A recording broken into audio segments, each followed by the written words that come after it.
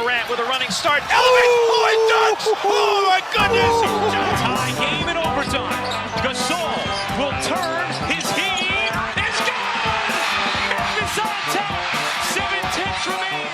Conley now with three. Count it. A 15-point lead for Memphis.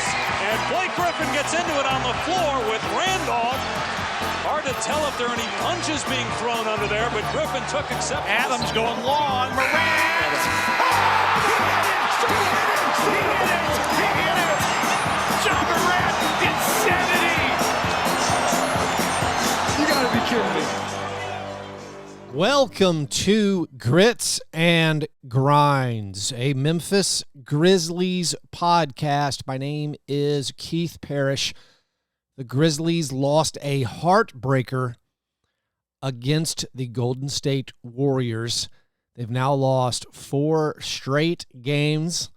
The West Coast trip has been nothing short of disastrous. The Grizzlies had a 10-point lead in this one with 6 minutes to go. Remember, they'd been 31-0 when having a 10-point lead at any point of a game this season. That was up until last Friday night against the Lakers. Now they've lost their last 2 games where they had a 10-point lead. The Grizzlies hit the arbitrary points cutoff of 120 points against the Warriors. They had been, up until last Friday, 51-1 over the last 2 seasons when they score at least 120 points. Now they've lost their last 2 games when they score 120 or more points. The Grizzlies did not find a way to win this game. They let it slip away in some ways that were familiar. Free throw shooting. Always free throw shooting. Steven Adams didn't play. He's not going to play for a while. Steven Adams didn't play, and the team shot 70% from the line. Can't blame Steven. Desmond Bane, who shoots 90% on free throws, missed 2 free throws in the final 2 minutes. You give up a layup, essentially at the buzzer, to lose the game. Your depth, very much exposed. More on Ziaire Williams in a little bit. Your bench guys, your wings specifically, putrid once again. Now, there are some encouraging things. When you take away the gut punch loss element of this, when you take away the losing to your hated rival, when you take away Klay Thompson and Jordan Poole, maybe my least favorite players on the Warriors now. Still Draymond. Draymond was awesome in this game. But Jordan Poole with the game winner, Klay Thompson having a big game, and you let the Warriors off the hook. You lose 4 straight following up that 11-game win streak. It's kind of dark, but there are some positives. There's also some big storylines. A couple of the big storylines before we get into more of the game. As you know, Steven Adams didn't play. Steven Adams was diagnosed with a PCL sprain and is going to be out for 3 to 5 weeks, according to the team's press release. Last episode, I incorrectly wondered if Adams was just missing the Kings game because it was the second night of a back-to-back, and that's pretty typical in the NBA for guys to not play the second night of a back-to-back if they have any excuse. No, it turns out legitimate injury. Now the Grizzlies are not going to have their starting center for, a month or maybe more than a month. This is big. In some sense, Steven Adams is training wheels, sort of like Jonas Valanciunas used to be. His offensive rebounding covers up a world of problems for the Grizzlies. I guess you could argue that his offensive rebounding is a great weapon, and it's part of the game plan. It's a feature, not a bug, that he cleans up so many missed shots. But because of Steven Adams' offensive rebounding, the Grizzlies' offensive rating is much, much higher when he plays. Plus also his screening and passing are big catalysts for the Grizzlies' offense and the Grizzlies' success. He's a good defensive player. On defense, just cleaning the glass might be his top skill, but of course he plays the 5 where he handles the other big bruisers for the other team, allowing Jaren to roam. You might notice Jaren didn't get any blocked shots against the Warriors, or at least he was credited with no blocked shots. I thought he got one. I guess the replay shows that it didn't happen. But I think there's a direct relation, possibly, between Steven Adams not playing and Jaren getting no blocked shots. Jaren has a few more responsibilities when Steven Adams doesn't play. The Grizzlies this season, when Steven Adams isn't on the court, their numbers are not very good. Now, it's important to remember, because Steven Adams has played so much, and usually when he plays, he's playing with the other best players with the starting lineups, that means we have to throw out tons of good stats. So these aren't necessarily perfectly reflective of what the Grizzlies would look like without Steven Adams. But when Steven Adams is off the court this year, the Grizzlies have a plus 1.6 net rating. That's very middling. They go from an elite offensive rebounding team, one of the best offensive rebounding team. They get basically 37% of all their misses. When Steven Adams is not on the court, it goes down to 27% of their misses, which is just average. They go from the best to average. Their defensive rebounding takes a hit. Their offense gets worse. Their defense gets worse. Again, there are good lineups the Grizzlies can do without Steven Adams. But I think those on-off numbers are kind of reflective of it will be a trial. It will be a struggle. Now, speaking of some of those good lineups you can play without Steven Adams, the biggest thing for this one, for me, is that the Grizzlies started Brandon Clarke and actually unleashed what I think is their best 5-man unit. Apologies to Steven. This has been a through line, a recurring theme of Grits and Grinds podcast for over a year, where I think the Grizzlies, highest ceiling combination is Ja Morant, Desmond Bane, Dillon Brooks, Brandon Clarke, and Jaren Jackson Jr. This is not just a case of me highlighting what I think has the best net rating and saying, oh, look, that's the good lineup. No. I picked that 5 before they basically ever played together. I picked that 5 after they'd played 13 possessions together ever and was like, in my mind, that's the best one. Well, now we have a little bit more sample size, and it keeps doing great. We were curious. That's the royal we. I was perplexed, and some other Grizzlies fans were perplexed as well, why Xavier Tillman started against the Kings. It was frustrating. No Steven Adams, especially in that game, no Ja Morant. Why aren't we giving Brandon Clarke the opportunity? There's always been these whispers like, oh, can Brandon just not start? Is that not a thing we do? The pro Brandon Clarke crowd is doing the Leonardo DiCaprio Once Upon a Time in Hollywood meme pointing at the screen from Brandon's game on Wednesday night. Brandon looked every bit the starter. Had a big old game. Had 19 points. Had 8 rebounds, 2 assists, and a steal. He battled a little bit of foul trouble, which, bigs, particularly bigs on the Grizzlies, are wont to do. Brandon Clarke made 8 out of 10 shots. Brandon has by far the most games in Grizzlies franchise history with at least 6 field goal attempts and a field goal percentage of 80% or better. This was his 26th regular season game, hitting those benchmarks. Second in franchise history is Marc Gasol with 20. By the way, I don't know if you saw this on social media, but someone was asking Marc Gasol what he was up to when the Steven Adams news broke that he'd be out for a month or so. Mark replied with a Big Lebowski stirring my white Russian gif. Kind of funny moment. I don't normally refer to memes that frequently in this audio format, but apologies there. But we saw Brandon Clarke start. We saw my favorite lineup, the Grizzlies, maybe quote-unquote death lineup, play. They'd only played 117 possessions together ever because of injury, mainly. Last year, they played 13 possessions in the regular season. Then in the postseason, they played 87 possessions together. All of last year, that's 100 possessions, and the net rating was like plus 38 or so. In real world points, it was 134 to 97. So again, that's exactly 100 possessions, it turned out. So that's elite defense, 97 points allowed in 100 possessions, and 134 points scored. Unbelievably off the charts good offense. So this season, coming into the year, as you faithful listeners have heard me say many, many times, this is what I'm looking forward to. We finally get to play these guys. Well, then it turns out, Jaren Jackson Jr. is out for a while, and then Jaren comes back, and Desmond Bane's out for a while. And it's like, when will we ever get this lineup?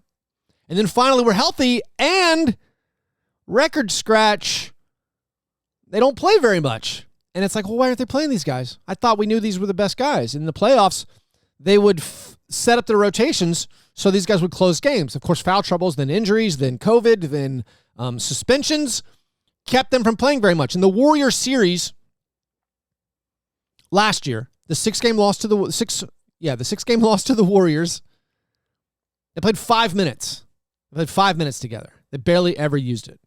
They had the opportunity a couple times, but if you remember, they started a couple games. They started Ziaire Tillman. I was screaming, "Why are you wasting minutes with Ziaire Tillman? Why are we doing this where we fall behind at the first and second half?" So it kept falling behind. We lost the opening minutes of each half with Ziaire Tillman. Then, of course, Steven Adams was out with COVID at the beginning of the Warriors series last year, and I kept saying, we got to start these guys. These are our best five. These are our best five. Anyways, bygones be bygones. We lost that series.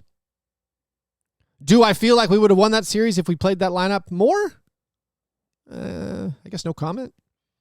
But anyways, this is a great test. We get to see my preferred five-man lineup, the lineup I want to start when Steven Adams is unavailable. We get a great test playing in Golden State, the defending champs, one of the best home records in the NBA. An elite starting lineup. Of course, Wiggins was out, but they still have great numbers with these guys. You got Steph, you got Clay, you got Draymond, and guess what? Guess what this Grizzlies death lineup does? It outscores those guys. It plays 14 minutes. The Grizzlies won the minutes where they had this five-man unit. They won them by 9 points. That's roughly a plus 30 net rating. Did it again. Numbers still incredible. Of course, incredibly small sample size. They could absolutely go out against the Timberwolves and get blitzed. We're still dealing with the smallest sample sizes ever. Specifically in the Warriors game, they scored 24 points, not good offense. The offense was a struggle for the Grizzlies this game, but their defense was good enough. The Grizzlies forced so many turnovers in this game. And that's one of the reasons this game is super frustrating. I mean, obviously, you blow a 10-point lead with 6 minutes left. You lose at the buzzer. That's going to hurt. But we knew in the first half, we could just feel it. Like we're squandering our opportunities. The Grizzlies scored 19 points off of turnovers in the first half. That's the most points off of turnovers they've had in any half this season. And they were only ahead by 1 at halftime. They had these massive stretches of just not scoring. A lot of it was with the second unit. A lot of it you could probably directly pin to Ziaire Williams running around and getting cardio. But the Grizzlies, I find this very, very encouraging that they went to this lineup. Why didn't they do it against the Kings? I have no idea. Was it Domantas Sabonis related? And you figure he's a bigger fulcrum of the offense, so thus it's going to cause or be a greater foul risk to Jaren. Against the Warriors, you think, okay, if you're starting Draymond and Kuminga, probably neither one of those guys are going to get you in foul trouble, so we can do it. They're playing a little smaller. Is it matchup dependent? I hope not. I mean, just let it be free. Let Brandon Clarke be free. You got to play those minutes. So I was wildly encouraged by them using this five-man unit. We have to keep using this five-man unit. Now, that second unit, and we can go to this now, the poor Ziaire Williams game. Ziaire Williams in the first half played 12 minutes in a row. 12 straight minutes. Part of this is because John Conchar was unavailable. He's in the concussion protocol. Of course, John Conchar's gone 10 straight games without making more than one field goal. John Conchar has one made field goal in the last 5 games he's played. Total, combined. One more field goal than me. Also, one more field goal than Ziaire Williams made in the first half. Ziaire missed all 5 of his three-point attempts. Those are his shot attempts. The alley-oops he dropped, that's including the second half, dropped 1. Those don't count as shot attempts. Those go as Ja Morant turnovers, which is just unlucky. I mean, Ziaire was 1 for 3 on alley-oops. I was watching the ESPN broadcast. They didn't really show the replays of those to see, like, did they get deflected at all? Did someone get a fingernail on him and it just threw it off just enough? That's why he dropped it? Did one glance the rim or something? But Ziaire was 0 for 5 for threes in the first half, 0 for 6 for the game. JJ Redick on the broadcast after he bricks a wide-open corner three, he's like, that isn't Zaire's shot. It better be Zaire's shot. If that's not Zaire's shot, what are we doing? That's the easiest jump shot in the game. Zaire's down to 23% on threes for the year.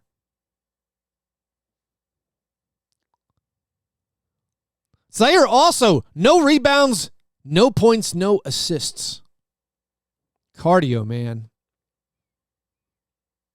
In the second half, he picked up a couple uncontested rebounds. Good job, buddy. But Ziaire had a putrid game. Just a really miserable game. Yes, we can still remember the 80-foot shot against the Suns, the big fourth quarter. And we got to remember, keep in mind, he had a 10-game stretch of making at least one three-pointer. He had been looking pretty solid on offense, but he was lost out there. And then, of course, he comes in for the final 6 seconds. Doesn't contribute much as the Warriors get a pretty wide-open look for Klay Thompson. With 6 seconds left, he misses. The Grizzlies, unfortunately, because Jaren Jackson Jr. has fouled out of the game. More on that in a second.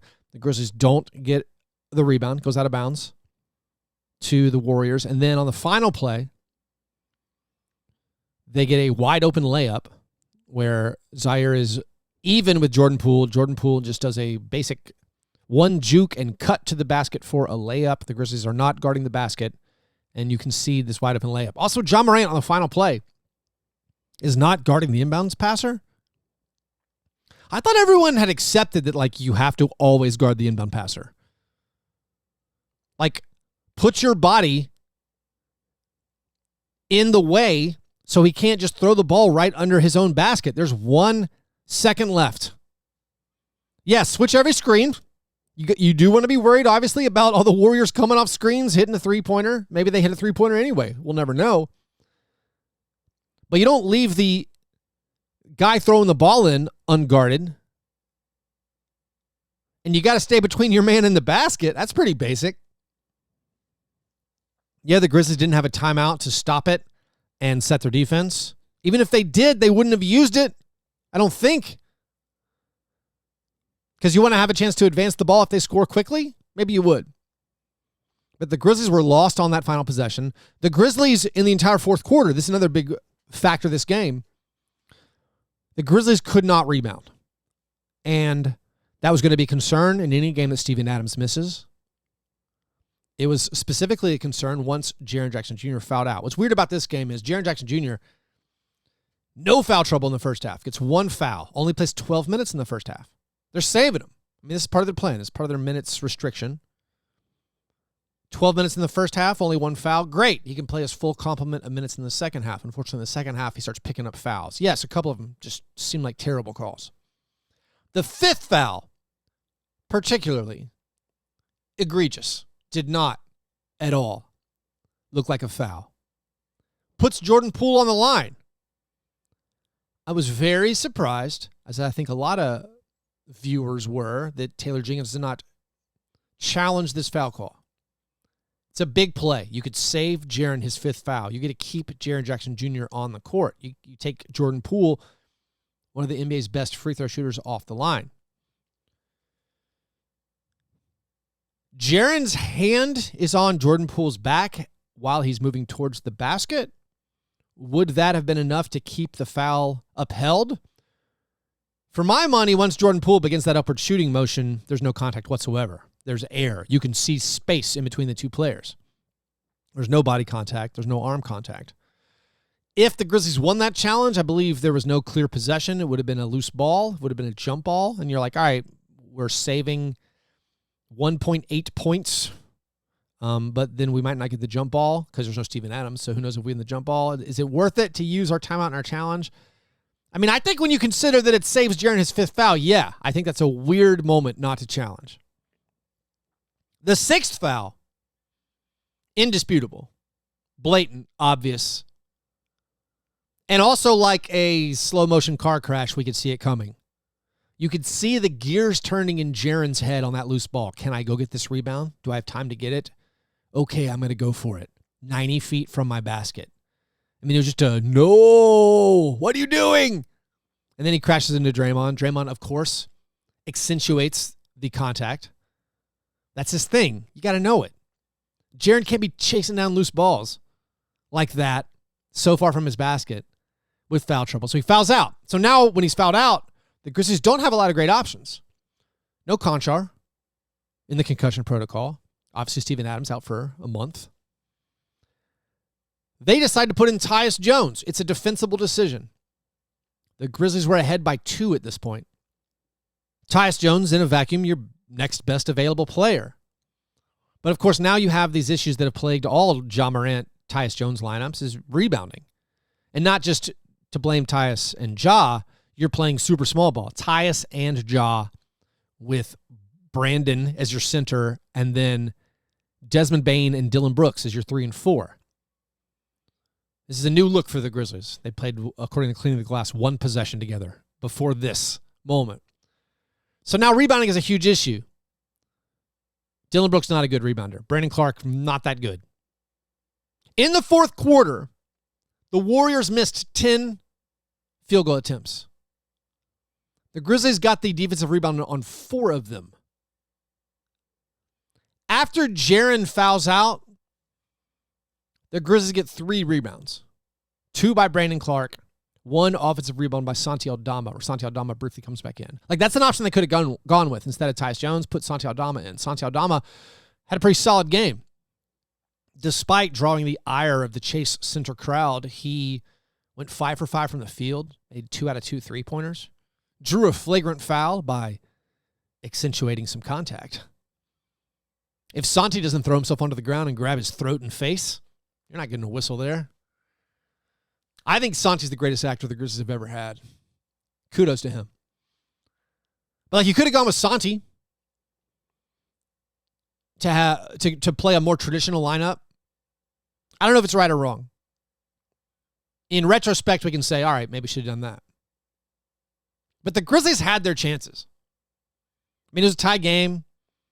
Dylan Brooks misses a maybe not a great 3-pointer with 30 seconds left. Dylan's struggling from the field. I mean, he made 2 out of 5 3-pointers, but 3 out of 9 overall. The 9 field goal attempts, that's great. You're not mad at Dylan for shooting you out of the game. I mean, Ja had a good game. 12 assists. But those missed free throws, Jaren fouling out, the blown defense on the final possession. It all hurts, man.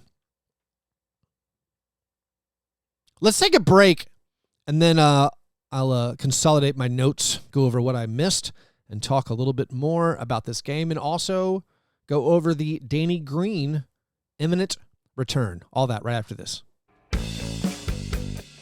Grizzlies fans in the Middle Tennessee area, don't miss the next Nashville watch party hosted by me and John and Chuck from Fast Break Breakfast. We will be at Noble's Beer Hall on Thursday, February 2nd for the game against the Cleveland Cavaliers. It's an early tip, 6:30 p.m. Central. So come out to Noble's Beer Hall. We will be giving away lots of Grizzlies prizes. It'll be a great time for all members of Grizzlies Nation. See you there.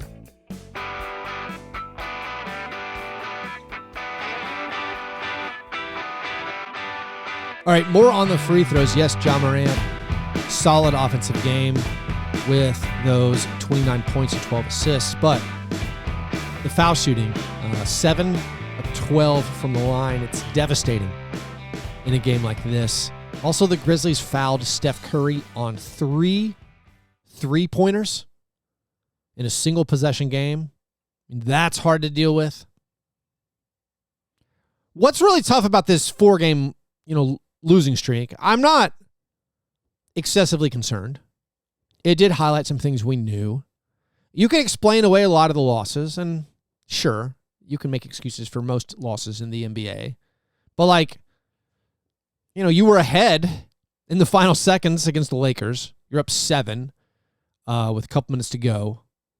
You choke away that game. It feels like a random occurrence. Then you come out flat against the Suns. That feels more inexcusable. Maybe people want to write it away as a Dylan Brooks birthday party hangover. But you lose wire to wire to the Suns. Okay, then you have to play the Kings. But you're playing the Kings without Ja Morant and without Steven Adams. And you get obliterated over the final 18 minutes and get blown out there. Now you have to play at the Warriors. That's an incredibly tough game. Your 4th game of a road trip. And you play great. You're ahead for most of the game. Now, is it particularly awful that this felt just like most of the playoff losses against the Warriors? Yes, that part of it's terrible. The Grizzlies had 4th quarter leads, reminder, in 3 of the 4 losses in the second round of the playoffs last year. So the Grizzlies blowing a 10-point lead with 6 minutes left. Just brutal.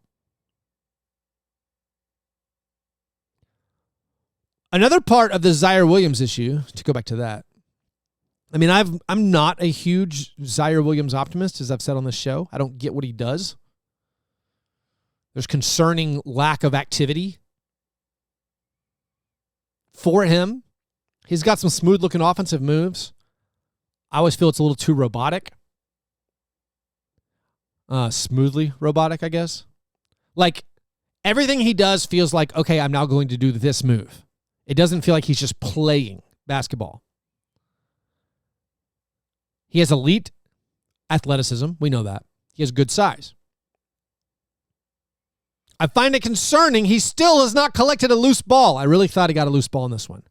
There was a play where Xavier Tillman got a deflection. I thought it was Xavier Tillman's steal, but the ball was on the ground, and Ziaire came over and picked it up. It was not ruled a loose ball recovery.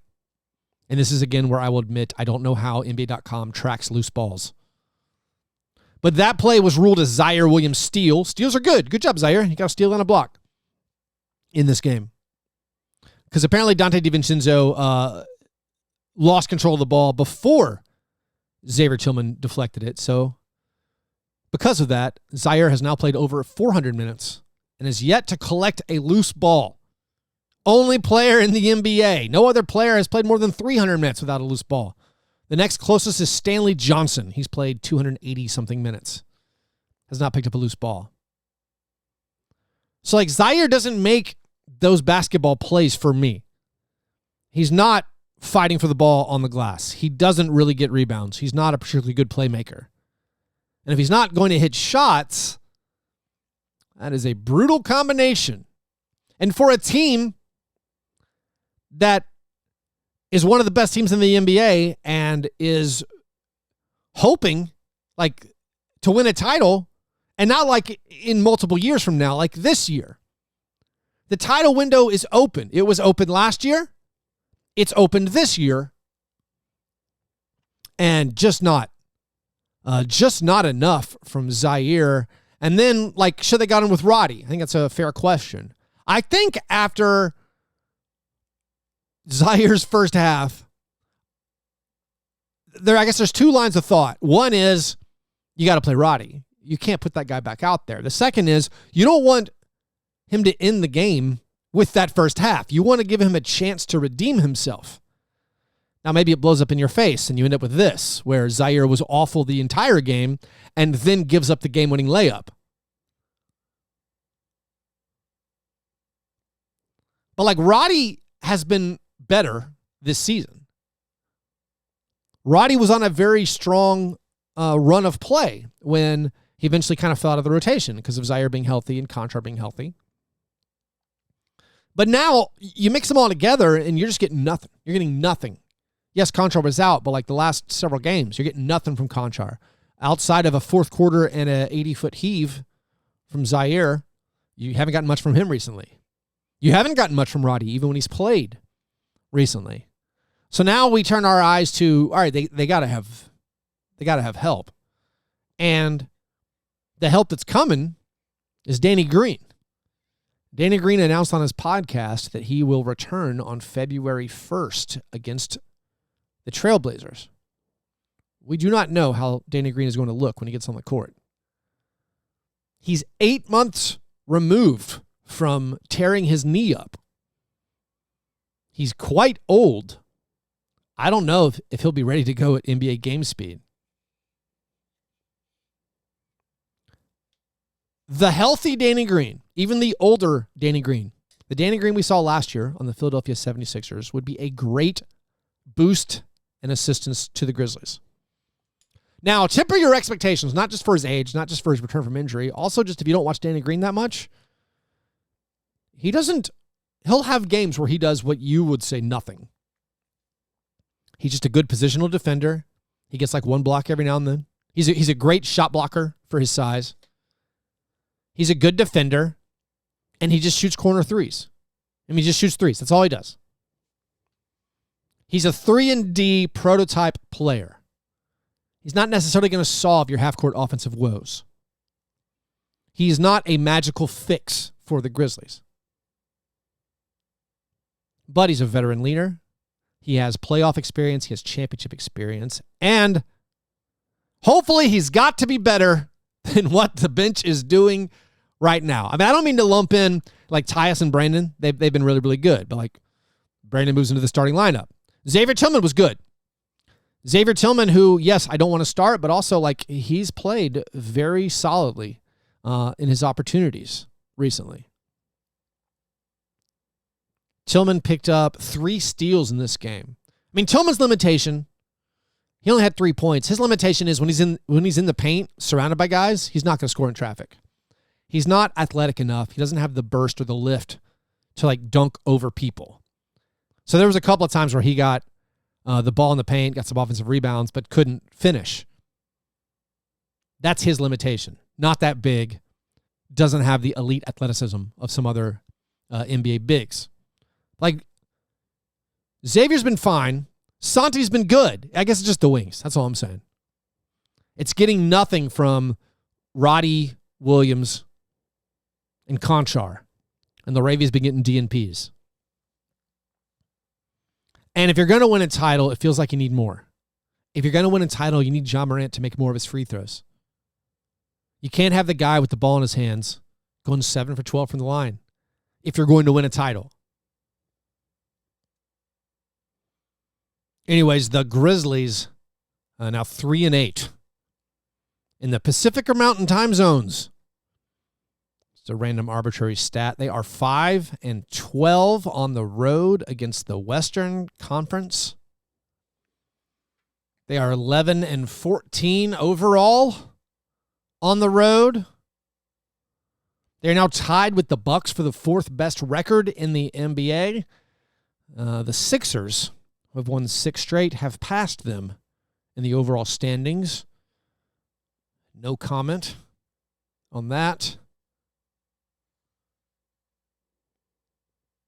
Their next game against the Minnesota Timberwolves on Friday night. This is the dreaded eastward travel jet lag, which I've talked about before. Teams noticeably, significantly underperform their normal form when traveling from the West Coast to the East Coast.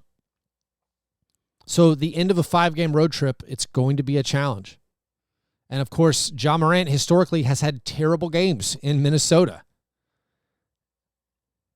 And it's a big game for the Timberwolves. And the Grizzlies will not have a lot of swagger or confidence, you would think, coming in with this 4-game losing streak. Teams are not going to let you off the mat, help you up off the mat. They smell the weakness, and they will continue, I think, applying that pressure. Luckily, for the overall conference race for playoff seeding, the Nuggets, the Pelicans, the Kings all lost on Wednesday. So the Grizzlies, thankfully, don't lose any more ground in the chase for the 1 seed and the fight to maintain their current seeding. Anyways, as dark and down as some of these moments were and losing that game was, let's highlight this, that they played well. They easily could have won. Came down to the final seconds. They were in it. Also, they leaned heavily on the Brandon Clarke and Jaren Jackson Jr. minutes, which I think is very, very important, and I found that pretty awesome. And hopefully they will continue doing that. Anyways, I really appreciate you listening to Grits and Grinds episodes. Thanks to everybody who's in the playback watch party that we did during the second half of that game. It was fun, despite the total result. Keep your eyes open for more of those. Please subscribe to the YouTube channel. Come out to Noble's Beer Hall next Thursday for a watch party for that Grizzlies-Cavs game. That should be a very, very good time. Anyways, hope you're having a great Thursday. Talk to you soon. Go Grizz.